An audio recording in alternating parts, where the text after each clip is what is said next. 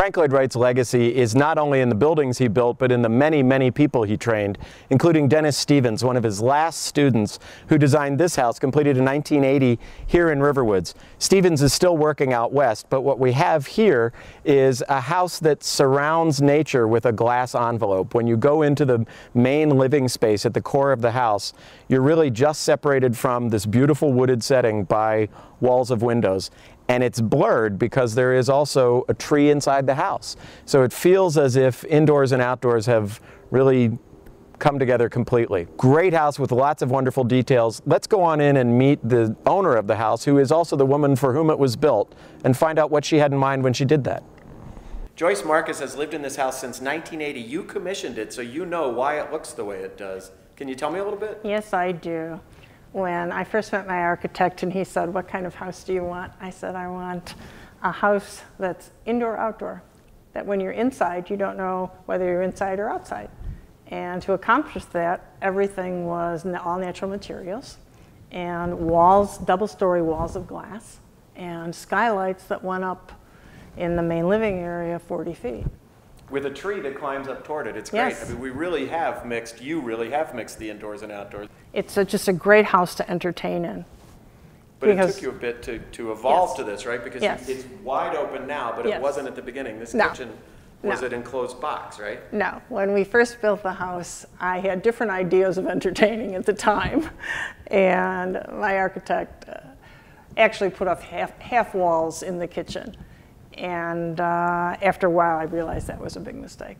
So when we renovated the kitchen recently, all the walls came down, this was all gutted, and the result is what you see here. With these nice earth tones, it fits very well with the house, but you did tell me that originally you had purple and orange and some things that didn't quite fit what's here Well, today. that was the 80s. Yeah. And here you start with a great base because you've got, as we said, this nice open space. You've got, one thing I love is the two stone fireplaces stacked one above the other. Yes. With two living spaces that are either integrated together or separate. You have a special name for this spot. Yes, I do. I call it the hanging den. And the most fun is when it's winter and we have these big armchairs and we sit and have a cup of coffee, read the New York Times, read Chicago Magazine, and put in a fire. And it's just a wonderful way to spend Sunday morning. Oh, that's great. That's very nice. Now, beyond this central area, we've got two pods of bedrooms. There's one back here. Yes. And it's family bedrooms. Yes, it's composed of, like you say, the 2 bedrooms and a full bath. And you lay in bed at night and you look up and you see the stars and the moon and through the skylight. And it continues this indoor-outdoor theme that this house was built on. Let's go to the other pod. That's the master pod, and master bedroom pod. Below it is a nice big space, sort of an office. It could easily become another bedroom. Yes. Flows out into the garden, and then on the second floor, beyond that hanging deck, nice big master. Yes. And you've continued that openness. The bathtub is out. A beautiful bathtub is open to the room. Great room. What we wanted to do was create a retreat so that when you went upstairs and you sat down and you wanted to read or watch TV, the feeling was that you were on vacation.